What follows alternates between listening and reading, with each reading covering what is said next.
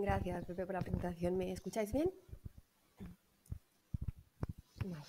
Muy bien, pues buenos días. Antes de empezar, quería agradecer a los organizadores por haberme invitado a esta jornada de vacunas, porque A mí me pasa por trabajo. segundo año lo tengo que hacer a distancia, pero bueno, nos adaptaremos. A ver, vacunación en el embarazo, ¿por qué? Pues bueno, muy básico, pues los neonatos y lactantes tienen un alto riesgo de morbilidad y mortalidad debido a enfermedades infecciosas y su sistema inmunitario está todavía en fase de maduración. La respuesta inmunitaria a esta edad recae principalmente sobre el sistema inmunitario innato y sobre la citotoxicidad no específica. Entonces, la vacunación durante el embarazo aprovecha otro tipo de protección que tienen los neonatos durante los primeros meses de vida, que es el transporte placentario. Ese transporte placentario es activo, es de anticuerpos específicos, con receptores específicos, más que principalmente, es casi exclusivamente de anticuerpos IgG y sobre todo de la subclase IG1. La transferencia comienza en el primer trimestre y alcanza exponencialmente pues, los títulos más elevados al final del embarazo y niveles altos en el neonato se correlacionan con una mayor duración de esta protección.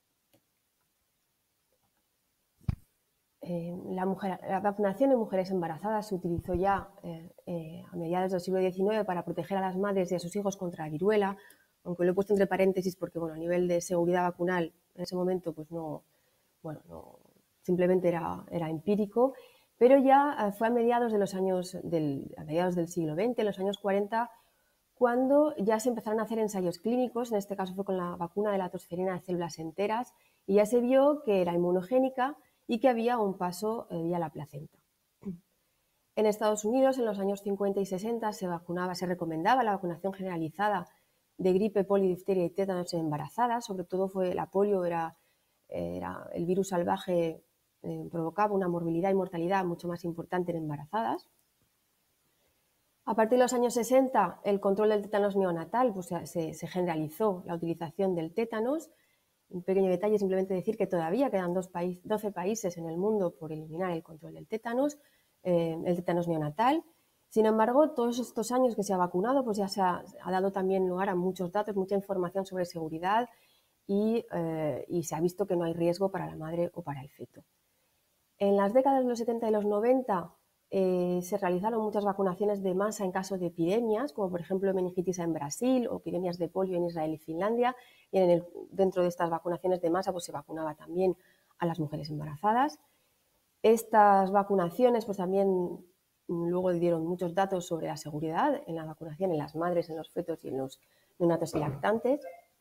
Y luego llegó en los años 80 un momento un poco más, tranquilo, y es que la agencia reguladora americana en el 77 decidió excluir a las embarazadas de los ensayos clínicos. Hubo un aumento de la atención en la seguridad de la vacunal y la eficacia en la mujer embarazada y se vacunó exclusivamente, se recomendó exclusivamente una vacunación a madres en riesgo, y no una vacunación generalizada. Entonces vino un momento un poquito más tranquilo.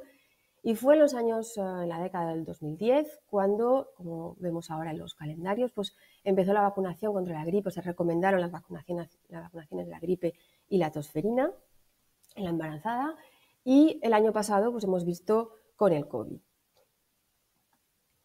¿Cuáles son las vacunas? Brevemente, las vacunas recomendadas, pues ahora vemos en la gran mayoría de países desarrollados, pues tenemos tosferina celular, ahí hay un pequeño error, la gripe, el coronavirus del año pasado y el tétanos solo en las madres que no han recibido anteriormente una vacunación contra el tétanos. La OMS a nivel mundial más amplio recomienda la polio y meningococo tanto A como cuadrivalente en el caso de epidemias, si está epidemiológicamente, si es necesario a nivel epidemiológico.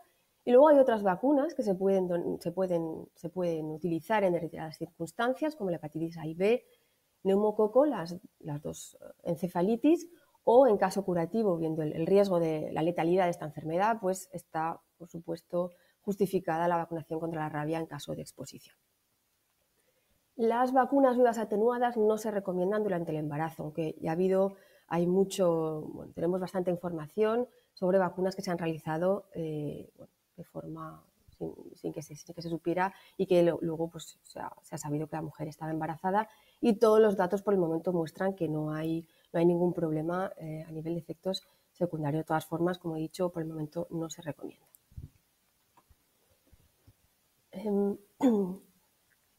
Un par de diapositivas sobre el COVID y el embarazo, pues se vio, los estudios mostraron que el embarazo no aumentaba la susceptibilidad a la infección COVID, pero sí que complicaba el curso clínico en embarazadas. Se vio que había pues, un mayor riesgo de enfermedad grave y de muerte, sobre todo en determinadas mujeres con obesidad, otros factores de riesgo. O sea, esto estaba claro. Sin embargo, cuando se autorizaron las vacunas, bueno, pues resulta que ningún ensayo clínico había incluido mujeres embarazadas.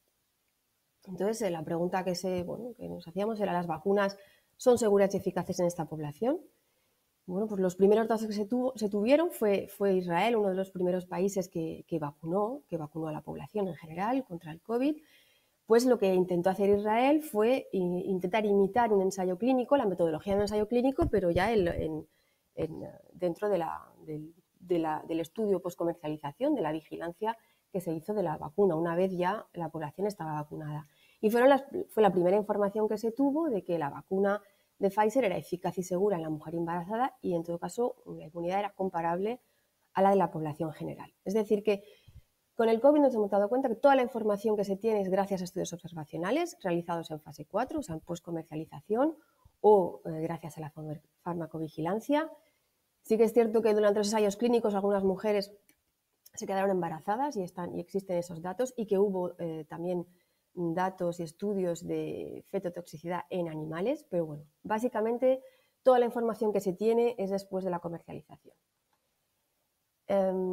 Este principio de precaución, que generalmente tiene como resultado la exclusión de mujeres embarazadas de los estudios de nuevas vacunas candidatas, pues plantea un problema ético, y es que, que si las mujeres no se incluyen en los estudios que evalúan nuevas vacunas, también quedan excluidas de los potenciales beneficios que la vacunación les podría traer. Entonces, este punto, que es muy importante, pues es un poco lo que la vacunación COVID ha puesto un poco en el punto de mira, ha sido este principio de precaución. Aquí he puesto, esto es una reunión que tuvo lugar hace poco, en noviembre, en el que justamente decía, pues intentaba revisar todo el impacto que había tenido la vacunación COVID en el futuro de la vacunación materna. Y el punto más importante pues era la importancia de ensayos clínicos en esta población, porque la falta de datos da lugar a retrasos en las recomendaciones. Estos son unos de los puntos que se discutieron en esta reunión. Quizá el punto más importante es el impacto de la vacunación COVID en la embarazada, fue el aumento de la visibilidad de la vacunación en el embarazo. Y se discutieron unos puntos, y sobre todo era la importancia de tener más datos. Los datos aumentan la confianza. Esto incluía participación de las embarazadas en los ensayos clínicos. Entonces se discutieron puntos como presunción de inclusión, es decir, salvo si se ve que hay problemas éticos, por defecto se incluyen. También, otro punto importante sería incluir solo fase 3, por ejemplo, es que no sea necesario que la fase 1 y 2 en embarazadas, pero sí que se puedan incluir y que se incluyan en principio en fase 3. Se vio de la importancia de los registros de vacunación, tanto a nivel local o regional, pero luego pues nacional, europeo, a nivel de la Agencia Europea de Medicamento y mundial de la OMS, para tener un denominador más importante. La importancia del vínculo entre diferentes registros vacunales, registros clínicos, y la importancia de analizar y publicar esta información, de publicar estos datos. Luego, otro punto importante es que las vacunas, el éxito de las vacunas de ARN mensajero ha abierto la posibilidad a su uso en otras enfermedades, como por ejemplo en el virus respiratorio sincitial, lo vamos a ver después. Y la importancia de la comunicación e información, y una importancia es evitar discrepancias, que se ha mencionado justo ahora en la presentación anterior, y es que los mensajes poco claros o divergentes pues no contribuyen a la vacunación. Estos puntos se discutieron en esta reunión, pero hay otros autores que he encontrado que mencionan que sí, la vacunación COVID ha aumentado esta visibilidad, pero que hay un tema que es la seguridad y las consideraciones éticas, que son puntos clave. Y por hacerlo corto, un punto que es muy importante es la dificultad de distinguir asociaciones temporales y causales. Por ejemplo, si estamos haciendo un ensayo clínico, pues a veces hay dificultad de saber es que este aborto ha sido, a lo mejor no se encuentra relación causal, pero es difícil de distinguir y de definir el tipo de asociación. Voy a pasar a la segunda parte de mi presentación y voy a hablar de 3 vacunas en desarrollo que podrían utilizarse durante el embarazo. Una es el virus respiratorio sincitial, la segunda el citomegalovirus y tercero el estreptococo del grupo B. Con respecto al virus respiratorio sincitial, pues el desarrollo de la vacuna frente a este virus es una prioridad global. No voy a entrar en las características clínicas, pero el virus respiratorio sincitial es el agente patógeno más importante causante de bronquiolitis en lactantes, en niños de corta edad, y también tiene una carga muy importante en infecciones respiratorias de vías bajas en mayores de 65 años o personas inmunodeprimidas. En este momento pues, no hay medidas terapéuticas eficaces, por eso esta vacuna pues, es una prioridad. El desarrollo de esta vacuna se ha visto obstaculizada por los efectos que se produjeron en los años 60. O sea, se estaba estudiando una vacuna inactivada que al año siguiente, cuando estos niños que habían estado vacunados durante el ensayo clínico, pues cuando se infectaban en la temporada siguiente con el virus respiratorio sincitial, pues resulta que esta vacuna les condujo a una mayor gravedad en la enfermedad. Entonces esto pues, obstaculizó la investigación durante un tiempo y luego, durante mucho tiempo, la vacuna más avanzada fue una vacuna de Novavax, la vacuna Resvax.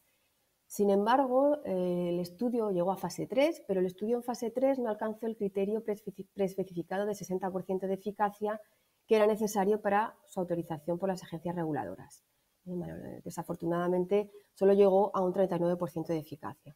Entonces, por ahora, bueno, Novavax debería llevar a cabo un ensayo clínico adicional de fase 3 para confirmar esta eficacia, pero por ahora esta línea de investigación está parada también. O sea, resumen, tras más de 60 años de investigación, aún no tenemos una vacuna autorizada.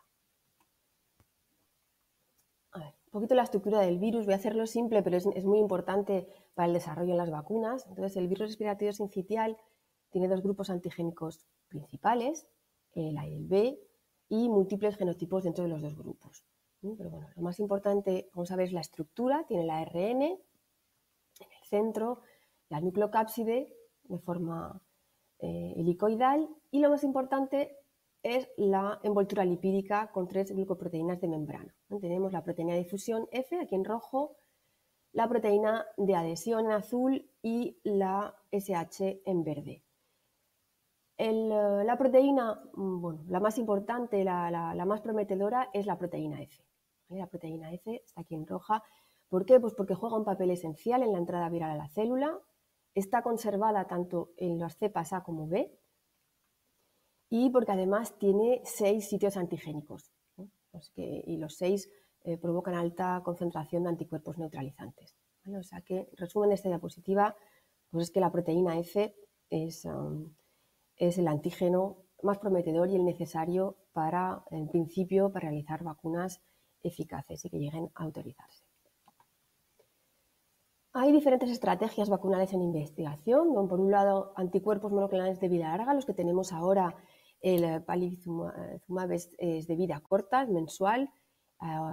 Luego también hay vacunas en estudio para la embarazada, para la vacunación durante el embarazo. Esto protegería a los lactantes menores de 6 meses. Hay vacunas en estudio que se están en estudio en población pediátrica. Y también hay vacunas para mayores de 65 años. En general, las infecciones primarias son más graves, sin embargo, las reinfecciones son comunes a lo largo de la vida, porque la inmunidad que produce la infección no es completa. Entonces, la vacuna ideal debería poder prevenir enfermedades graves, debería limitar la transmisión, todo esto induciendo una respuesta inmunitaria más duradera y mejorada que la inmunidad natural. Esta inmunidad debería estimular tanto la inmunidad sistémica como la inmunidad de mucosas. Esto es todo lo que se le pide a una vacuna, que no es poco. Esta es la última diapositiva del virus respiratorio sincitial y aquí podemos ver las diferentes vacunas y anticuerpos monoclonales en desarrollo. Es un poquito pequeñito, voy a acompañaros a lo largo de la diapositiva, espero que lo podáis leer. En todo caso, aquí a la derecha, en esta columna, están los productos que están ya aprobados y disponibles en el mercado. Como vemos, pues solo está el Synagis de AstraZeneca. Aquí inmunoprofilaxis, la última línea. Entonces, justo antes, en fase 3, vemos que hay dos productos, dos anticuerpos monoclonales, uno de AstraZeneca, otro de Merck. Los dos utilizan anticuerpos anti-F, la proteína F, y la ventaja de estos dos anticuerpos monoclonales en fase 3, que deberían llegar pronto al mercado, es que podrían aportar una posología más cómoda, y sería una dosis intramuscular única por temporada para los niños a riesgo. El resto son todo vacunas y vemos que hay diferentes plataformas, ¿no? Tenemos atenuadas, basadas en proteínas, ácidos nucleicos y vectores virales. Entonces, bueno, vemos que hay en fase 1, 2 y 3 pues tenemos 19 y en fase preclínica hay 14. Voy a simplemente hablar de las que están en fase 3, de las que la plataforma en subunidades proteicas pues tenemos 2 de Glaxo y 2 de Pfizer, una de cada firma, una para utilización en adultos mayores de 65 años y otra para vacunación materna, vacunación en el embarazo. Todos están en fase 3. Lo que está, no lo he dicho, no he comentado, lo que tiene, bueno, lo que está un poquito, el cuadrado es más oscuro, simplemente es porque ha habido modificaciones y ha cambiado de fase recientemente. Estas vacunas pues ya se han hecho estudios, por ejemplo la de Pfizer tiene estudios ya en fase 1, fase 2 publicados y está en fase 3. Hay estudios que ya están hechos también de seguridad, inmunogenicidad y también de coadministración con la vacuna difteria, tétanos y pertussis. Luego tenemos otra plataforma que sería aquí en vectores virales, un adenovirus, pero bueno, esta vacuna, en principio a nosotros nos interesaría un poquito menos, esta vacuna de Janssen es para utilización en adultos mayores de 65 años y también está en fase 3.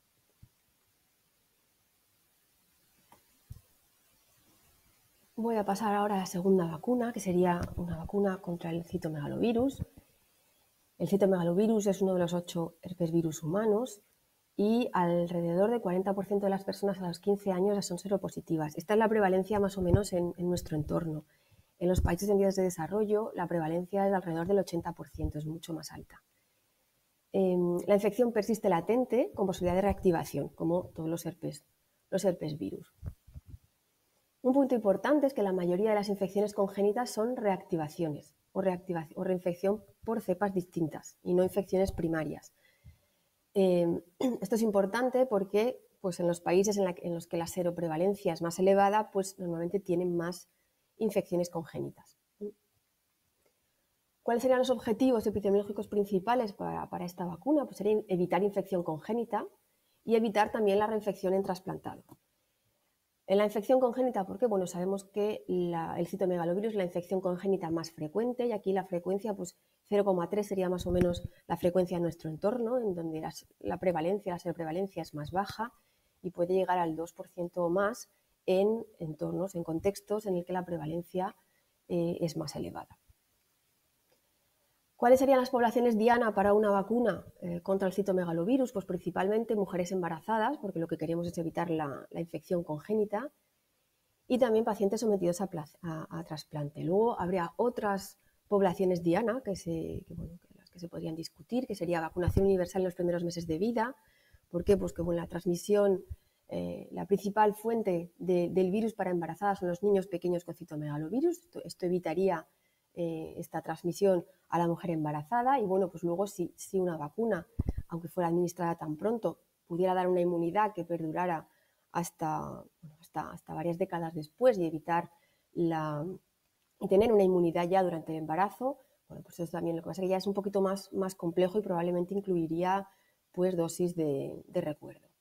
Y lo mismo con la vacunación en adolescentes y mujeres en edad fértil. Aquí el objetivo sería justamente proteger la infección congénita y bueno, habría que ver si estas vacunas dadas en este momento, en estos momentos, pues todavía podrían proteger a la embarazada o sería necesario dar dosis de recuerdo.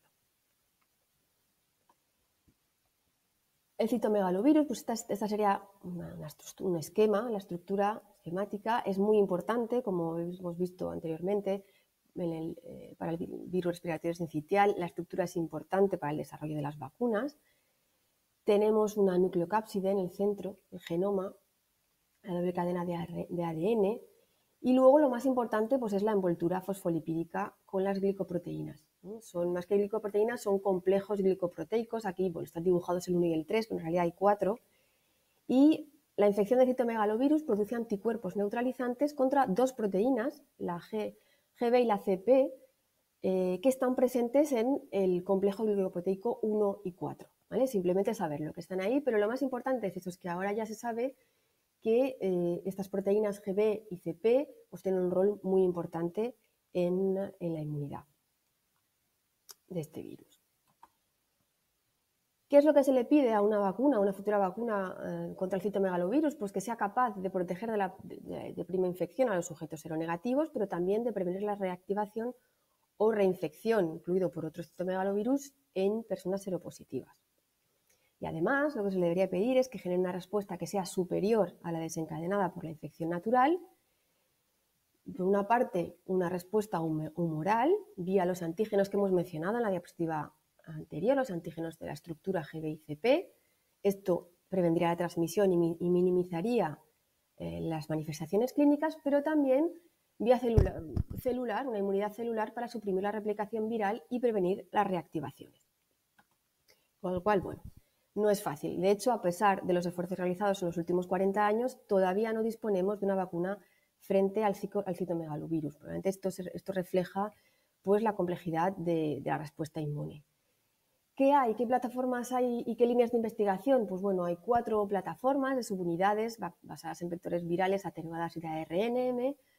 Lo que se ha visto, voy a decirlo brevemente, no voy a entrar en detalles, pero lo importante es que se ha visto que solo la GB o solo la CB, pues que no es suficiente, que las vacunas de subunidades GB se estancaran en una protección alrededor de 40 y 50% de eficacidad.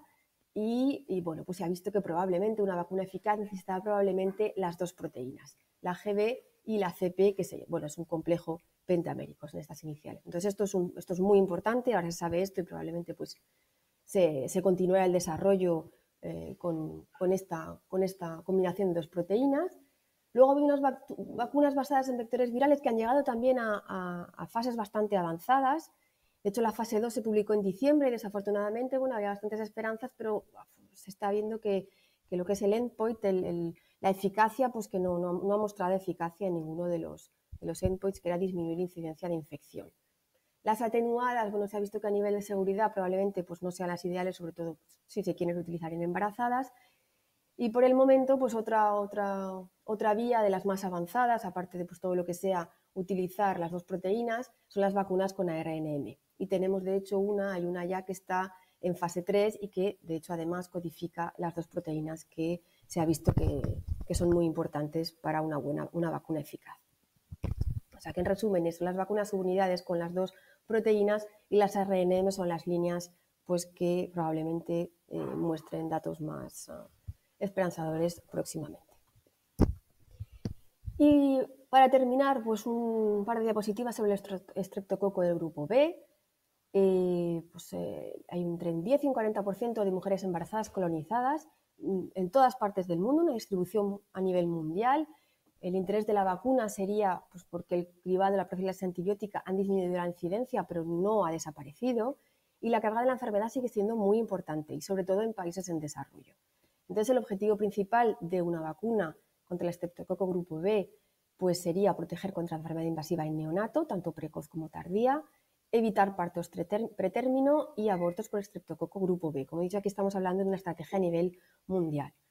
La población diana sería la mujer embarazada y también, bueno, hay otras líneas de investigación en adultos, de vacunas en adultos, porque también hay una gran carga de enfermedad por sepsis, neumonía y celulitis en esta población adulta. Aquí a la derecha he puesto 2 documentos de la OMS, un mapa que ha hecho sobre las características para las vacunas en el futuro de estreptococo B y, bueno, si los queréis consultar, si os interesa, son documentos muy recientes y que intentan apoyar el desarrollo de estas vacunas y que definen por los objetivos y las características que deberían tener estas vacunas. La estructura del estreptococo grupo B pues tiene un antígeno B que es común a todos los estreptococos del grupo B, pero que sin embargo no es inmunogénico. Tiene 9 polisacáridos capsulares, que estos sí que son inmunogénicos, y luego unas proteínas de membrana que también son inmunogénicas. Y que hay diferentes proteínas según el serotipo, son más transversales. O sea, y he puesto aquí el ejemplo de las alpha-like porque son las que más se están utilizando en vacunas. Entonces tenemos dos dianas, serían los polisacáridos capsulares y las proteínas de membrana. Y lo vamos a ver en la diapositiva siguiente, la importancia. Un punto clave para el desarrollo de estas vacunas, y que se ha mencionado por la mayoría de científicos que trabajan en estas vacunas y por los documentos de la OMS que he presentado en la diapositiva precedente, son que los ensayos clínicos son muy costosos y que el interés sería de definir un nivel de respuesta inmunitaria, un correlato de protección que se asocie con reducción de colonización o con disminución de enfermedad invasiva. Y que lo que se está pidiendo es que se autoricen las vacunas basándose en datos de seguridad y en datos inmunológicos, o sea, con estos correlatos de protección, de la misma forma que se ha hecho con las vacunas contra el meningococo. Esto haría pues, que se pudiera avanzar sin tener que hacer ensayos clínicos pues, con un número enorme de mujeres embarazadas y que luego la efectividad pues, estuviera en fase de post-comercialización, la efectividad contra enfermedad invasiva, pretérmino y abortos. O sea, lo que se está pidiendo es eso, que la autorización sea con datos con correlatos de protección, con datos de seguridad e inmunológicos. Esto haría avanzar las cosas. ¿Cuál es el estado de las vacunas contra el estreptococo grupo B? Pues hay 5 en este momento.